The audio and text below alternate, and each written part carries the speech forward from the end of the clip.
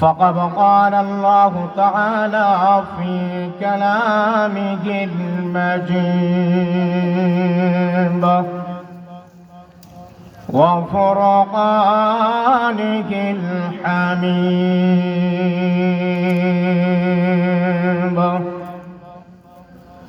সকলে পড়েন আউযু বিল্লাহি মিনাশ শাইতানির রাজীম বিসমিল্লাহির রাহমানির রাহিম ইন্নাল্লাহা ওয়া মালাইকাতাহু يصلون على النبي يا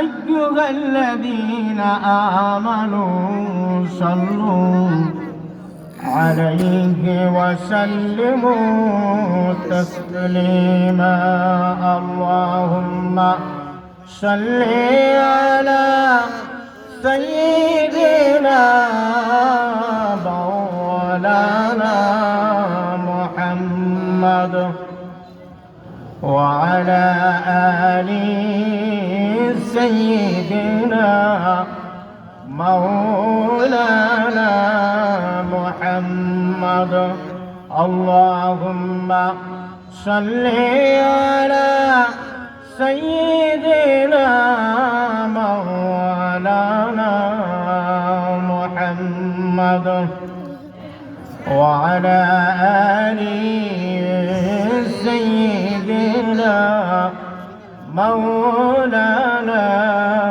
محمد আরবের বুকে মক্কার পরে আমিনার যেতাই গর খোদার করুণাই কাউসার গুয়ে জরসা বারং বার বালাগাল উলা বিকামালিহি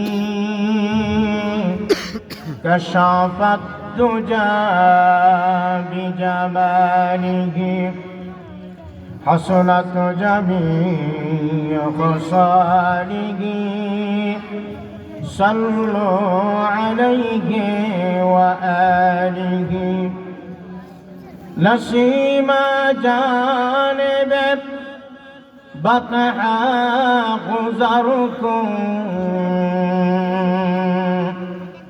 جهولا محمد خبركم بلغ العلا بكماله كشف الدجى بجماله حسنت جميع خصاله صلوا عليه وآله سورة يوسف بدار حكمة لقمان ما باري قاري دل شادمان ما بلغ العلا بكماله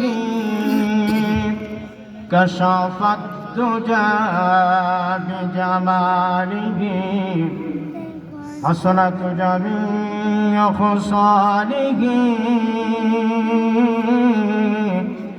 صلوا عليه وآله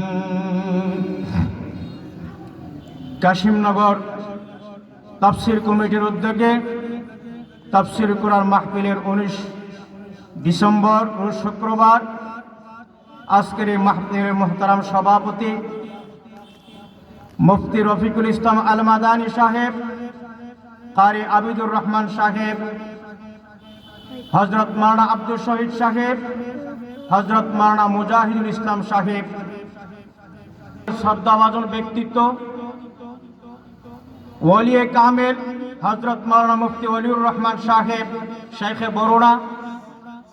প্রধান অতিথি তিনি, বিশেষ অতিথি পীরে কামেল হযরত মাওলানা আব্দুর রহমান সাহেব শেখে তোলাপাড়া।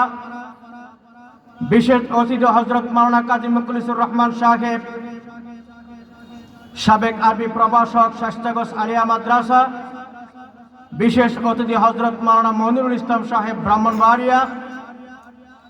বিশেষ অতিথি হযরত মাওলানা মাহমুদুল হাসান সাহেব, ফেনী। আমন্ত্রিত মেহমানদের ভিতরে প্রধান মেহমান আছেন জনাব ওলিউল্লাহ নোমান, মজলুম সাংবাদিক, মাধবপুর। সম্মানিত উপস্থিতি, যেই মহান সত্তা আমাদেরকে বাছাইকৃত করে তাফসীরুল কোরআন মাহফিলে আসার বসার সুযোগটুকু এনায়েত করেছেন, এই জন্য মহান মনিবের দরবারে কালিমাতুশ শুকরিয়া, স্বতঃস্ফূর্তভাবে মহান সত্তার দরবারে আমরা শুকরিয়া আদায় করছি, পড়ছি আলহামদুলিল্লাহ। সাথে সাথে শুকরিয়া জ্ঞাপন করছি বিশ্ব মানবতার বিশ্বস্ত বন্ধু সরকারে কায়নাত নূরে মুজাসসাম রাসূল আকরাম নবী মুকাররম সর্বকালের সর্বশ্রেষ্ঠ বিশ্বস্ত বন্ধু মুহাম্মদুর রাসূলুল্লাহ সাল্লাল্লাহু আলাইহি সাল্লামের উম্মত হিসেবে আমাদেরকে যে মহান সত্তা কবুল করেছেন, আবারও কালিমাতুশ শুকরিয়া পড়ছি আলহামদুলিল্লাহ। সম্মানিত উপস্থিতি, আজকের এই তাফসীরুল কোরআন মাহফিল অনুষ্ঠিত হচ্ছে এমন এক সময় যখন গোটা বাংলাদেশ সহ বিশ্বব্যাপী দুটি ভাগ হয়ে গিয়েছে, একটি ঈমানদার আর একটি মুনাফিক। দুটি ভাগের ভিত্তিতে আজকে গোটা বাংলাদেশ সহ গোটা বিশ্বে এমন একটা অবস্থা বিরাজমান হচ্ছে। এমন তো অবস্থায় তাফসীরুল কোরআন মাহফিলের যে মহান সত্তা আমাদেরকে সুযোগটুকু দান করেছেন, এই মহান সত্তার কোরআন কারীম থেকে দুই চারটি আয়াতে কারিমা তেলাওয়াত করব, শাব্দিক তরজমা চেষ্টা করব, তার মৌলিক কিছু আলোচনা করার জন্য।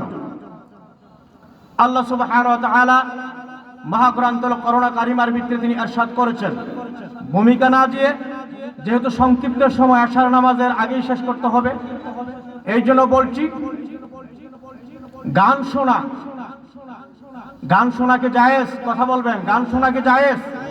গান শোনা জায়েজ না, এগুলি হারাম কাজ। তো এক ড্রাইভার আর তার মালিক, ড্রাইভার যাচ্ছে গান শোনার জন্য, আর মালিক হচ্ছে নামাজি, আর তার মালিক হচ্ছে ড্রাইভার হচ্ছে নামাজি, আর মালিক হচ্ছে বেনামাজি। এখন গান শোনার জন্য যখন তার ড্রাইভারকে বলছেন, ড্রাইভার যেহেতু চাকরি করেন তিনি রওনা দিচ্ছেন, রওনা দিতে যায় নামাজের মাগরিবের নামাজের সময় হয়েছে। এইবার ড্রাইভার তার মালিককে বলতেছেন, মালিক মসজিদ সামনে নামাজের সময় হয়েছে, আমাকে একটি নামাজের ইজাজত দেন, অনুমতি দিন, আমি নামাজটা সেরে আসি। এই কথা যখন তিনি বললেন, গাড়ির যিনি মালিক তিনি অসন্তুষ্ট হয়ে গেলেন যে আমি তবে গান শোনার জন্য যত সময় যদি গানের মঞ্চে না পৌঁছতে পারি, পূর্ণাঙ্গ গানটা আমি শুনতে পারবো না। মৌলবাদী এক ড্রাইভার লইলাম, কি একটা নামাজের কথা যেটা আমার সময়টা তখন ডিস্টার্ব করে দিল। কন্না আউযু বিল্লাহি মিন যালিক। এইবার এখন ড্রাইভারকে যদি অনুমতি না দেয়, ড্রাইভার যদি ড্রাইভ না করে, তাহলে তো মালিক বিপদে পড়ে যাবে। অসন্তুষ্ট হয়ে মনে কষ্ট নিয়ে অনুমতি দিছে, যা তাড়াতাড়ি মসজিদ থেকে নামাজটা সেরে আসবে। মসজিদের ভিতরে গেলে কি নিজের ইচ্ছা মতো নামাজ পড়া যা? কথা বলেন, ইচ্ছা মতো নামাজ পড়া যায় না। কিছু মুসল্লি আছে, ইমাম সাহেব যদি একটু কেরাত লম্বা করেন, পিছন দিক দিয়ে একটু এই ধরনের শব্দ দেয়া বুঝাই দেন যে নামাজ দেরি হচ্ছে, আসলে তার কিন্তু নামাজ হবে না। এখন নামাজে গেলেন, নামাজ সারলেন, নামাজ সারার পর কিছু তাসবিহ তাহলিল আছে কিনা? কথা বলেন, তাসবিহ তাহলিল আছে তো? তিনি মসজিদের ভিতরে নামাজের পরে একটু তাসবিহ তাহলিল পড়তেছেন। এখন মালিক দেখতেছেন মসজিদ থেকে একের পর এক মুসল্লি বের হচ্ছে, কিন্তু তার ড্রাইভার তো আর বের হচ্ছে না। তিনি খুব অসন্তুষ্ট হয়ে গেলেন, মনে কষ্ট নিলেন, কষ্ট নিয়ে গাড়ির দিকে নামলেন, নেমে তিনি মসজিদের দিকে গেলেন। মসজিদের দিকে যায় দেখতেছেন হাতের ভিতরে কি জানে, মানে তিনি ঘুমতেছেন। এমন সময় তিনি বললেন যে বেটা, পাকা দাড়ি আবার টুপিও আছে, আমি যখন থাকি না প্যাসেঞ্জার টাইম না কত টাকা হয়েছে, এখন মসজিদের ভিতরে বৈশা বৈশা তিনি হিসাব করতেছে। নাউযুবিল্লাহ। আসলে কি বিষয়টা এমন? মসজিদের ভিতরে কি টাকার হিসাব করতেছেন?